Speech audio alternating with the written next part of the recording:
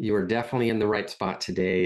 If you've ever taken the long way, right, around the office just to avoid someone, today is the day for you. We're going to talk about, again, some tips and give you some tools of having those conflict conversations in a way that can really build and strengthen relationships. Good to be with you. Again, feel free to use the chat today. Of course, I'm saying that and I'm hoping I turned on the chat. Some of you are probably like, Kyle, you did not. And you can't even tell me. Wouldn't that be hilarious? No, no, it would not be. But we are going to get started again. My name's Kyle Menig. You can tell I have a strong jaw. I have cat-like reflexes. And again, we're going to be learning a bit about handling conflict in what I would call the relationally smart way. And as we kind of continue getting people logged in, just remember, feel free to let me know where you're logging in from. And then bonus points if you're willing to admit that you've ever thought of the perfect comeback 2 or 3 hours after a conversation. Again, if that's you, welcome, because you are in the right place. You're not alone. And then Lana, good to see you. Absolutely beautiful Vancouver Island. What a great area. I need to get back up there, Lana. So let's jump into our content. I want to be mindful of our time. Again, if you don't know me, my name's Kyle Menig. I'm a leadership consultant, relational culture builder, and I even describe it as a taco fan. I'm based out of Oceanside, California, and you can see that I really enjoy the opportunity to help people learn how to be good humans, but also work better with others. I feel like that's just kind of what I do. And for today, again, this is the deal, right? Conflict is everywhere. I think we understand the idea that conflict happens. We could probably make t-shirts related to conflict happens. It happens in team meetings, right? Hallway conversations, sometimes, right? Even in your own head. We may avoid it because we're not sure how to navigate it well. And I will say today is not about necessarily becoming a conflict ninja. I'll just be honest with you, but I do hope that you're going to leave with some tools and maybe some takeaways to navigate a harder conversation that you might have been pushing off. And I think as we think about why you might be here, again, you can tell me directly in the chat why you're here. But I find that, folks, when we start talking about conflict, maybe they're here because it's not just an article or something they read on LinkedIn, saw on Instagram. It's something they're living. They might be feeling the weight of conflict, and it's kind of holding them back, slowing them down. Maybe you do have a conversation or a few that you have been pushing off a bit. And again, you're not alone. We all do that. Maybe you're here because you lead a team that is struggling. You're a leader, and you're trying to figure out, how do I not let conflict get in the way of success, get in the way of impactful results? What are some things I can say or do to help navigate this with my team, again, to create some bigger outcomes? Because I think this conflict isn't just about disagreement. Conflict is often about disconnection. It's disconnection from trust, from understanding, maybe from purpose, feeling a little disconnected from ourselves at times when we're in conflict. And so we need that better way forward, because what I'd like you to do is even just think of one conversation, maybe one person that maybe you've been avoiding, or maybe you think there's conflict that's getting in the way. And try to keep that in mind, kind of put it in your back pocket, because I'm hoping, again, by the end of our time, you might feel like there's some tools or some steps that you can take to create a stronger relationship with that person, or create a more meaningful impact and outcome. That's kind of what we're going for. So today, again, it's not about learning how to win arguments. It's about walking into harder conversations intentionally so that we can leave with a stronger relationship with people, some better clarity, some better information, and again, hopefully some better outcomes. And that's because a lot of teams, leaders, or even just humans avoid conflict like it's toxic. But this is the truth. You can see it on the screen. The truth is avoiding it is what's toxic, right? Teams can fear conflict because maybe they've only seen it go badly. Raised voices, hurt feelings, silence, broken trust. But avoidance, again, is never neutral. I think avoidance is corrosive. It can eat away at our trust. It can drain our energy. And I think one thing I like to tell people is conflict avoided is connection denied. Conflict avoided is connection denied. Conflict, even though we don't like being in conflict, when we are in conflict, it's an opportunity. And again, if you've seen some of my videos setting up this webinar, you're going to hear it a lot today. Again, to me, conflict is a great opportunity to see what matters to people and connect with them well. Now, if you're here, obviously you're probably here more than likely in a work context, but this information is going to help you inside or outside of work. But even just thinking of teams, a lot of us understand that model of teaming, I'll say as a verb, of forming, storming, right? Norming, performing. Now they've added in adjourning, which doesn't really rhyme. So you have to pronounce it adjourning. But how do we finish well? My point is in storming. A lot of teams think we have to storm fast so we can get to norming and performing. But teams that don't storm well actually miss great opportunities to understand what matters to them, things that drive them, the values they have, because it's in storming, it's in conflict that we're able to share, again, these values that we have. When they feel violated, of course, that's conflict, but it's learning how to share that information because that's what's going to really help us make some commitments to norm and perform well, to create those better impacts as a team. So as we think about kind of the goals, at least that I have for you today, I'd like to look at redefining what healthy conflict can look like, look at the hidden costs of avoiding conflict, and then try to give you a framework, right, to kind of handle conflict in a relationally smart way. Relationally smart, I would say, is just using information to be intentional with people. Simple, but it's hard in practice, right? And then ultimately, as a bottom line, that you leave with some tips and maybe some tools that you can practice this week, or I guess the end of the week, so maybe next week, in real conversations for turning, right, that tension into trust. So in terms of what conflict isn't, I really want to be clear on this, that I am for what I would call healthy opposition. This is all about semantics. I get it. But a lot of people think, oh, I think healthy conflict's good and conflict is good. But we have to remember conflict, and we're going to look at the slide coming up, is when people have felt violated, right? They have felt that their self-worth was challenged or diminished. So conflict is never a good place to be, but I'm a total fan for what I'll call healthy opposition, where we just see things differently than others. Okay, we just see things differently. And you can tell me, I mean, some of you, I know, and I've met in the past, of course, but what's it like when people miss the opportunity for healthy opposition on a team? What do teams miss with not enough healthy opposition? Again, put that in the chat. Again, my view of opposition is we just see some things differently than someone else. And while you're putting some of that in the chat, what is missing when teams don't have healthy opposition? I'll even say one thing, and it might even come up, right? The opportunity for this idea of psychological safety. It is not a very safe team if someone, even if one person can't raise a hand thinking, I see this different, I have a different view, I have a different idea, right? We're missing an opportunity for teams to actually norm and perform well if they're afraid of sharing a view that others might not like. And so I think healthy opposition shows that a team has that safety. Now, again, I think, yeah, Lana, great. Teams miss excellent solutions, right? Colleen, great. They miss growth, being an opportunity to go deeper. Understand others' views, Keith, fantastic. Yeah, Tony, good to see you. Innovation, right? We miss opportunities for innovation, creativity, yeah, and miss the opportunity to create the best products possible. Fantastic, Ben. Yeah, there's a lot we miss without healthy opposition. And so conflict, I'm not talking about the opportunity to like miss healthy opposition. We want that kind of energy on a team of healthy opposition. But conflict, again, is where that opposition gets personal. It's raising a hand and sharing an idea that maybe others don't share. And instead of just exploring how to get to those better, more innovative outcomes, maybe someone goes personal on it. Oh, that is a terrible idea. And you're a terrible human for sharing it, Kyle Menig, right? Like that's getting personal with someone. Now that's pretty extreme. Hopefully that isn't happening on your teams. But that's kind of what conflict might be, is when we feel a threat to our own values or a threat or a violation of our self-worth, we go into conflict to resolve whatever that was so we can get back to life going well. Kind of what's happening in conflict. That inner conflict. So to me, conflict isn't always a fight, right? It's a place for deeper connection. It's the price we pay for deeper connection, is what Esther Perel says. And she's a psychotherapist. So I believe her. She studied this well. You know, when I think about conflict, right, there's some friction, of course, that comes with conflict.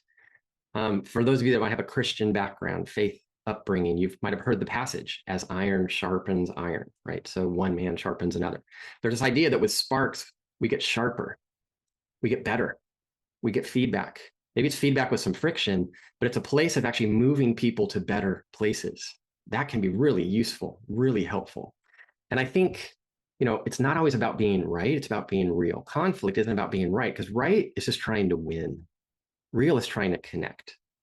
Winning, right, the argument, sure, you might win the moment, but it may cost a relationship. And to me, again, a goal of productive conflict is connection. And that's what this idea is. We're paying a price, but in a healthy way. It's a healthy price we want to invest in to get that deeper connection. And I think this line really kind of flips the script, right? Instead of asking, oh, how do I get out of conflict? How do I get rid of this? How do I not even explore it? It's trying to think through what kind of connection is on the other side of this tension. Because to me, conflict isn't the end of a relationship. Again, it's the doorway to a stronger one if we can walk through it well, if we can navigate it well. So I'm moving from one fire to the next fire here. I love campfires. I grew up in Southern California, going to the beach, friends doing campfires, did Cub Scouts, Boy Scouts. I even had people for a campfire last week. I love campfires. And it's because, right, in some ways, campfires bring people together and they get to share thoughts, share ideas, share life. It's about connection. But fires, right, if they're not handled well, they go beyond just providing warmth and light and a chance for connection. If we add a lot of gasoline to a fire, it burns everything in sight. So when we think about a campfire, we want to tend it. We might want to, move the logs around, add some logs, keep an eye on it, because then it's a place to bring people together. And this is the thing about conflict, everyone. I think leaders don't avoid heat. They use, right, heat to forge a stronger team, to forge better relationships. And whether it's leaders with a team or just one-on-one, thinking about how do I use this moment to forge a better relationship and a better outcome? Again, that is what we're talking about today. Why leaders have to lean in, though, of course, because many of you on the call today are probably leaders. You're probably working with other humans. People are trying to influence and impact. As you can see, is what we avoid doesn't just disappear. It goes underground, goes underground. And avoided conflict often turns into, right, as you can see on the screen, passive aggression, politics, gossip, burnout. Some of the real risks you can see: resentment, wasted time, weakened trust, drama, turnover. People even say that sometimes the people don't just, right, leave a company. They leave a manager, a bad manager. They leave a person. And I don't know how true that is or not. I know I've thought that sometimes. I want to leave this person, not just that I want to leave this team or this company. But again, you can see the stat there. 80% of workplace difficulties aren't about skills. They're about strained relationships. And that's from CPP Inc. And if you're not familiar with them, they kind of oversee the Myers-Briggs assessment, et cetera. But I think it's a great statistic just to remember. Strained relationships have a cost, right? Unmanaged conflict has a cost. And that's what we're talking about here. Now, what I'd like to do even in the chat is maybe you think of, and this is the thing, we can do it two ways. You can just do the personal cost of being in a personal, right, conflict, maybe outside of work. But I think it is useful, since many of you are here because you're trying to figure out how do we help teams and leaders be effective at work in my organization. Try to think of a real conflict that came up and what the cost of that would be, and drop that in the chat. What do you think if you had to put a number? And you can see some of the categories to think about. How many people were involved? How many hours in a week did it take to resolve that conflict? How much are their salaries? And those hours go into something else besides being productive. Was there any turnover? Were there health issues, people calling in sick, absenteeism? Maybe there were some legal costs. Maybe there were costs to reputation to the organization. Like, what would be a number if you kind of thought of those categories? And I will say this, I'll be sharing a PDF at the end on the cost of conflict. It might be a helpful tool on your team or your organization to really think through, what does it cost us when we have unmanaged conflict? Of course, there's the personal costs. You might think some of that as well. Emotional cost, relational cost, physical cost. Like, there's a lot of cost to conflict. I remember, doing this exercise about 8 years ago now, to be honest, but one of the people working at a table with other leaders in an organization came up with a $2 million price tag on just one conflict in their organization. And it was unbelievable when they started looking at the different categories and doing the math, how much it cost their organization. Now, I can see Lana, right? 1 million. Oh my goodness. Yeah. Can be some big costs in an organization have unmanaged conflict. And this is the thing, often the cost is some lost opportunities, because avoiding conflict isn't free. It's an investment, but obviously it in the wrong things and in the wrong direction. And so we need to get our minds around it. And I like this quote from Albert Einstein, right? In the middle of difficulty lies opportunity. And I think that's the thing I appreciate about looking at conflict as a way to connect, is thinking of conflict as an opportunity to connect about things that matter. That there are opportunities in that tension with people. Tension isn't saying that something is broken. Tension, I think, is proof that something matters. And there's a great opportunity there. Like, I think about, I'm not like a Mr. Guitar, let's be honest. I could maybe do a little Kumbaya. Kumbaya. Does anyone know that song? I don't sing it well. But anyway, Think of a guitar. The strings have to be, right, turned and created into a tension to play, right, correctly. And then you have to strum it. Tension can be a great thing. And this is the thing about conflict. It's not a dead end. To me, part of that tension is remembering that conflict can be a doorway. As leaders, I think we have to decide how we're going to walk through it. I think about a team meeting I was on, and maybe multiple team meetings, and some I handled well and some I didn't. Some I was just a participant watching a team leader handle conflict in a meeting. To me, some of the best leaders, though, when they sense some kind of change in the room, they might even lean in and say, hey, like something changed. The energy's different. We're a little quieter now. We're not as engaged. What just changed? What just happened? To me, I've always thought of that as that leader was willing to walk through the door. Other leaders, maybe they were just clueless, let's be honest, but maybe they just felt intimidated. They'd see those kind of same moments. And I've done this too. I just didn't feel like this was the time to open and walk through that door. But again, those moments to me are moments of connection, opportunities. And we don't want to miss those kinds of opportunities because we can learn what matters to each other. And so as we think about today, this is a lot to say, oh my goodness, the relationally smart conflict framework. But this is what we're going to talk through. You can see these 4 parts. Again, relationally smart, you can see on the screen. It just reminds us that we're learning how to make adjustments to be effective with people. Relationally smart just means I'm being intentional to connect with humans. I'm turning insight into impact. That's what it means to be relationally smart as a person and a leader. And the things we're going to focus on in terms of being relationally smart with conflict is we have to know our triggers. We have to stay in curiosity.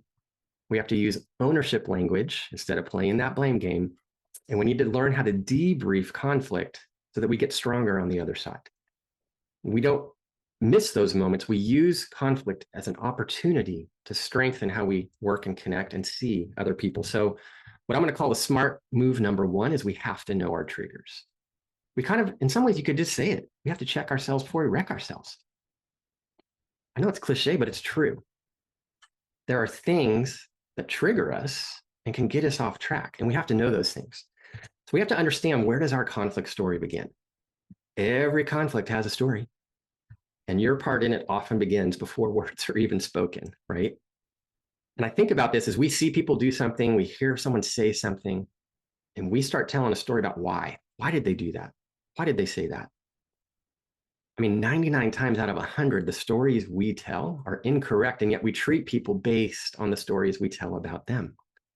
And so we have to understand these triggers are trying to get our attention. So we have to understand what triggers us. Is it being dismissed? Is it being overlooked? Is it being controlled? Is it being misunderstood? If you don't know what triggers you, you're going to get pulled into conflict before you even realize it. And I think this is what I found, is you have to know what gets you into conflict to get yourself out. You got to follow those breadcrumbs. You got to look behind you like, how did I get here? You have to recognize the triggers and why they bug you, because that's going to help you navigate out. So you also have to understand, what are you really trying to resolve? And I think the truth that I have found is often the surface issue isn't always the real issue. Getting interrupted could seem small, but what you might really be trying to resolve is a need for respect. A missed deadline, it might be about the task, but it might not be. It could be about clarity, expectations, reliability, accountability. And this is the thing, if you can name it, then you're halfway to actually resolving it. You have to understand, what am I really trying to resolve here? Why did that bug me? And what's really going on for me? We have to know and understand ourselves and know and understand our triggers. And this is the thing. Part of what that helps with is learning the difference between reacting and responding. Because you're not a wild animal, is what I like to say. When we think about wild animals, they get triggered and they just go into react mode. But we are human. We have an opportunity to pause, reflect, and respond in a different way. We don't have to let triggers take us into conflict. We can learn from it and kind of navigate through it differently so that we're more productive in how we work and connect with others. Because being triggered doesn't mean you're in conflict. It just means it's kind of an alarm system going off to get your attention. Something here is wrong. Let's do something different so we don't go down this road of conflict. So I think that trick is to pause, notice, and choose how you respond instead of letting your reaction run the show. Again, we're not a wild animal. If the one thing you leave with today is just this mantra, tell yourself, I am not a wild animal. I learned that today from Kyle Menig. It's powerful. And this is the thing. Ultimately, self-awareness is your friend. Conflict is where that self-awareness, I think, is really helpful. What kinds, again, of conflicts maybe shut you down? What kinds maybe fire you up? For some, it could be getting ignored, being talked over, not being included in a meeting, not having a seat at the table. For others, it could be sloppy work. For others, it's not a shared urgency that people have. Again, if you don't know these triggers, you don't know yourself, you're going to keep overreacting to things. But again, if you can name it, you can tame it. And that's what we're talking about with knowing your triggers. Smart move number one. You have to know yourself and what gets you off track. Now, smart move number two is curiosity over certainty. This is huge. I like this quote, mainly because I like the picture I chose. Who doesn't like a cool dog going? But we need to be curious, right? Not furious. And when it comes to conflict, that's what happens quite a bit, is whether we keep it inside or, with our body language or tones that comes outside, we often let that furious, kind of more reactive approach take over. And this is the difference to me. Curious, right, feels like an open door. Certainty says, I know what's going on here. I know what's really happening here. And certainty feels more like a wall. Curiosity is asking, what's important to you about this? Again, it's an open door. It's a place of dialogue. And leaders, again, need to open that door to invite the dialogue, invite the connection. Certainty, again, is like a wall. And when we think about conflict, we're either adding bricks or we're trying to take them away. To me, certainty is I'm adding bricks. Things are going to continue getting between me and someone else, something else. Curiosity is where I'm taking bricks away. I want to see what's going on. I want to understand what's happening. So we need to be more curious so that we can, again, have better connection. That's the goal here. Because this is the thing. I think about certainty. It feels like we're getting, and I'll say this slow. People know I say this, but we feel like we're getting should on. Now I'm saying the word should, right? I'm not saying the other word, but we're feeling like we're getting should on. And nobody likes to get should on. And again, I'm saying should, so don't write letters. And when people feel should on, they either resist harder or they disengage completely. And so again, part of the goal here is we have to replace certainty with curiosity. It's a choice that we make. When I'm feeling kind of reactive, I need to slow down, pause, and try to get curious. Why am I feeling this way? Why is this person saying or doing this thing? I need to actually ask them. That's a great comment, Bryce. We'll pause any comments about being should on for the moment. But when you're in conflict, again, replace certainty with curiosity, because to me, curiosity is asking a question. Help me understand what matters to you here. What's important to you, again, about this? Conflict can lead, right, to understanding and understand what matters to someone else. And that's what we're exploring with curiosity. Curiosity is almost like we're on this journey together. I know it's semantics. I dislike when people say manage conflict because no one likes to feel managed, or at least I don't. So I project that onto everyone else, I'll be honest. But I like to navigate conflict. To me, navigation, I think of almost adventure, kind of, but again, it's exploration. I'm checking things out. I'm learning some things on the way to a different place. And to me, that's this idea of navigating a conflict. Now, we are going to get into some of these drivers of conflict. One of my favorite assessments is called the Strength Deployment Inventory. And I swear I'm not doing a commercial for it today, but there's going to be little pieces I think really help us understand how to grow curiosity. And so part of exploring, again, increasing our curiosity is just understanding a little more about what drives us and drives others in conflict.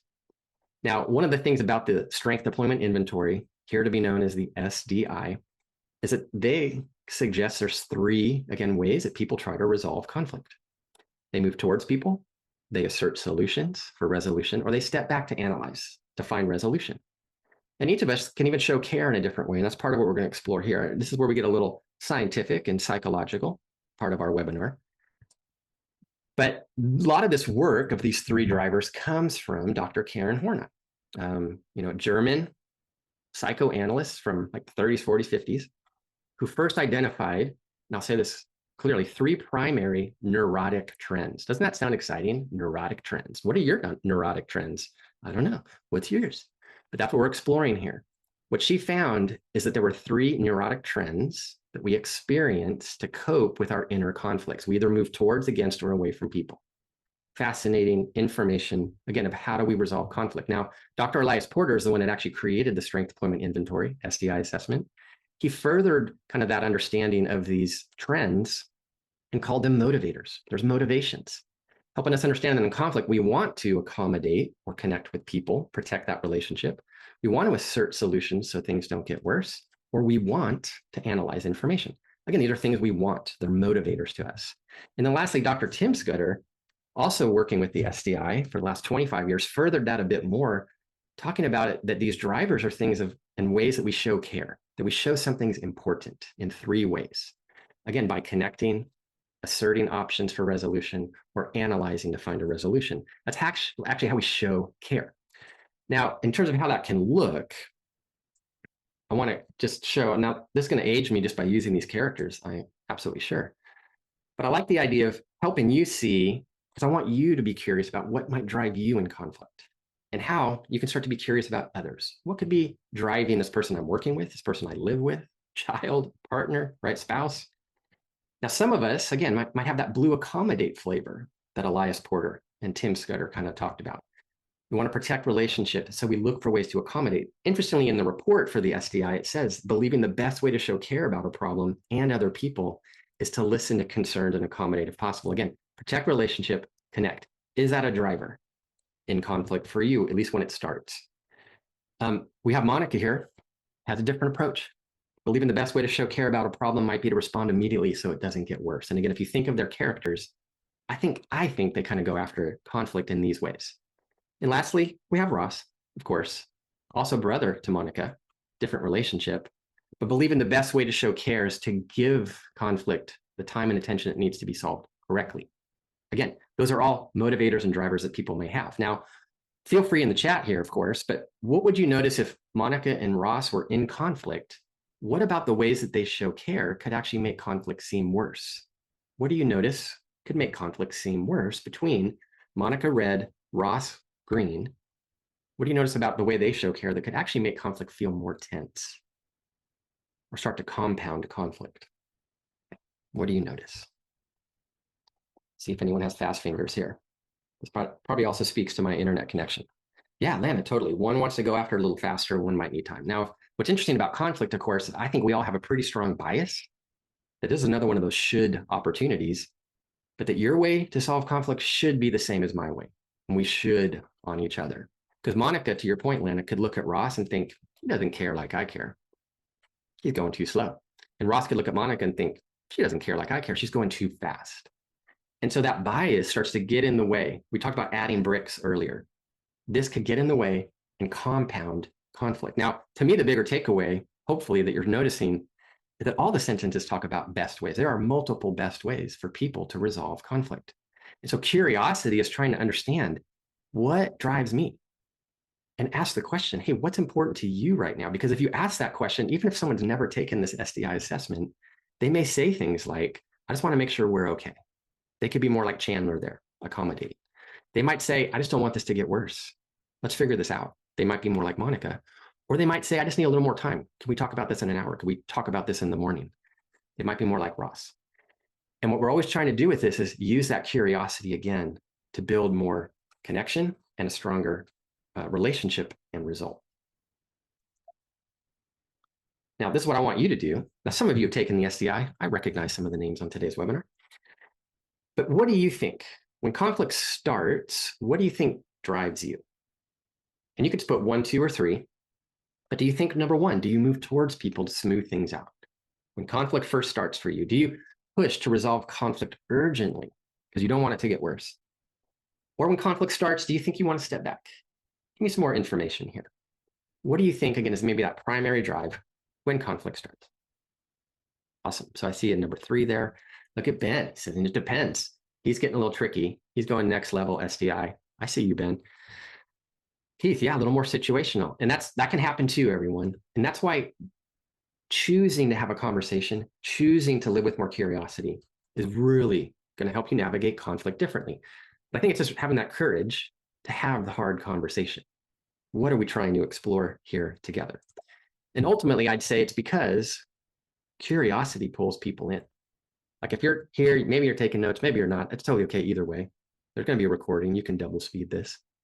But curiosity to me sounds like a few examples here, right? Tell me more about what you see, hear, or see happening. What's important to you in this? Again, I've said that a number of times because to me, that's a really important question to ask. So understand what someone might want and hope for. Or you could even ask, what would a good outcome look like for you?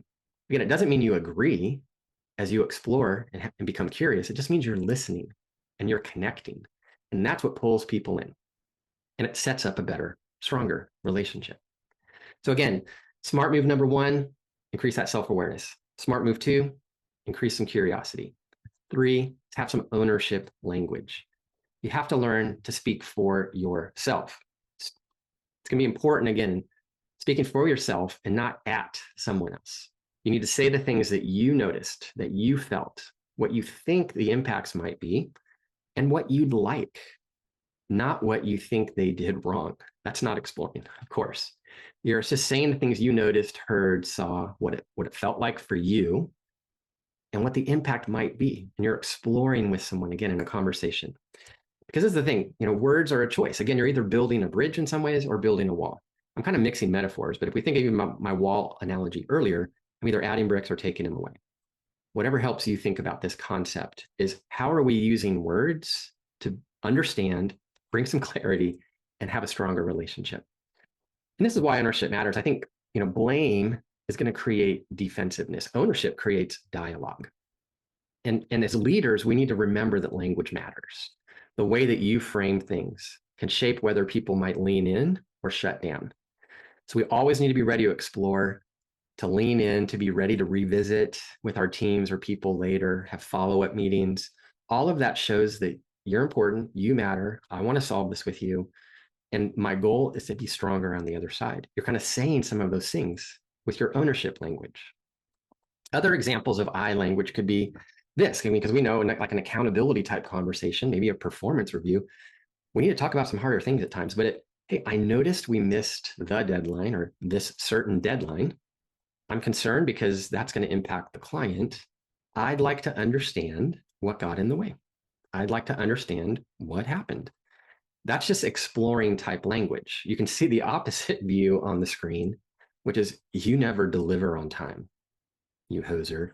You might not say that last part, of course, but obviously you see the difference. One is inviting a conversation, inviting a connection, exploring what happened, and the other could be shutting things down and shutting a person down, and maybe even causing some shame. And that's definitely not something we want to be a part of. We want to try to understand and help someone grow and develop.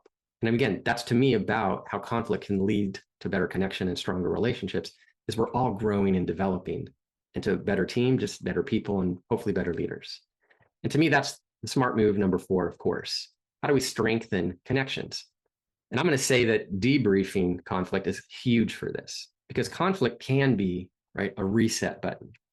I think handled well, when we think about conflict, it's not really the end. Again, it's a reset. It's a chance to start fresh, hopefully with more trust than before.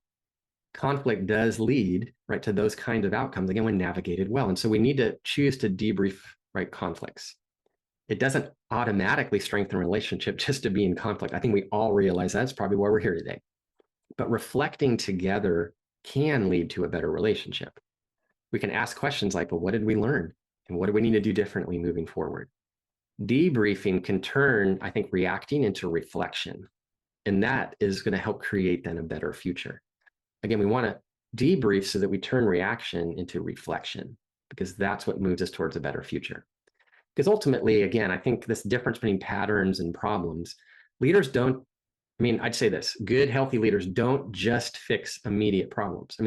Part of that happens in life and in work, of course, but they're also looking at how to surface, right, patterns. One missed deadline, sure, that could be a problem, and there could be an impact. But a repeated pattern maybe could be that there's unclear expectations. Maybe that's what, the real issue is in terms of missing a deadline. Relationally smart leaders, again, they surface the things that are underneath, so a team doesn't have conflict on repeat. You can see that on the screen. Now, connection, I think, also requires courage, right? We have to commit to go after the things that are real, the things that are getting in the way, and the things that are separating us from others. All of that is going to create some bad outcomes instead of really effective, right, impactful results. That's what we're hoping for. How do we align and move together towards things? Because real trust, I think, doesn't come from comfort. again, it comes from courage, but also that commitment to talk about hard things. Conflict provides that unique opportunity to really talk about things that matter. Ultimately, with I think courage as well, is that leaders go first. Leaders have to model what these courageous conversations are looking like and sounding like. Now, again, whether you're using some of this information about work or even in your home life, it says you, right, set the tone, you model it, you go first, you bring it up because you just want to paint the picture. You're really important to me. This is really important to me. We're doing some great things. I want to make sure we're connecting and aligning towards these things, these big goals, this big project, or just this life, again, if it's a personal thing. Set the tone that we want to have a conversation and then actually have the conversation. That's the part that takes courage. I love this picture. I love jumping off rocks. Oh my goodness. Anyway, I like this quote from Susan Scott. The quality of our relationships depends on the quality of our conversations. Susan Scott, author, she wrote Fierce Conversations. I think she even wrote one like Fierce Leadership. I think it's all fierce. I'm not as fierce as Susan, but I like this quote because again, it just reminds me that we are trying to create more quality interactions, more quality relationships, and more quality results. And connecting well is going to be important. But we have to also know how to navigate conflict, of course. So what I want to do here, as you think about the quality of relationships, I mentioned at the beginning of our time, maybe there's a conflict, a conversation that you've been putting off. And I ask you to maybe keep it in your back pocket. This is what I'd like you to think of as what could a relationally smart step look like? What is that conflict? Who is that person? And really try to consider that if you approached the conversation, approach the person with curiosity, maybe with some ownership, maybe with some exploration type language, what could change? How could that improve? How could you find resolution? How could you kind of free yourself from the weight of the conflict so that you can feel like you're in your best place and maybe even move on? But again, hopefully strengthen that relationship. And so just want you to think, pause about that, consider it. There's going to be a takeaway sheet that I'm going to share again in the chat pretty soon, but it's going to have some of these prompts. Things, again, to get us thinking about how do we have that conversation with more intention? What was triggered for me? What am I really trying to resolve here? Because I tend to react when ... happens. And then try to stay curious. What's some language you could use to explore with that person? Help me understand what you saw, thought, etc., or what's important to you.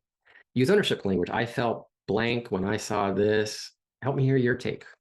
I want to know what was driving you. And then debrief. What are things we can take away from this so we can move forward again in a stronger way? And then as we start to wrap up, I mean, here's, I guess, what I'd leave you with, right? Conflict doesn't have to be a breaking point. It really can be a turning point. If you commit to it, if you have that courage. I think relationally smart leaders, again, they're building trust and they're leaning in when others may pull back. And how can you be that kind of person? That's what we were talking about today. Now, again, I'm going to be putting a couple tools in the chat. That'll be some PDF downloads that'll come here within a minute or two. I do just want to at least hit that some of you might be looking for more, of course. And that's what this slide's just a good reminder of. If there's opportunities that you can grow and develop, again, I wouldn't want you to guess your way through leadership.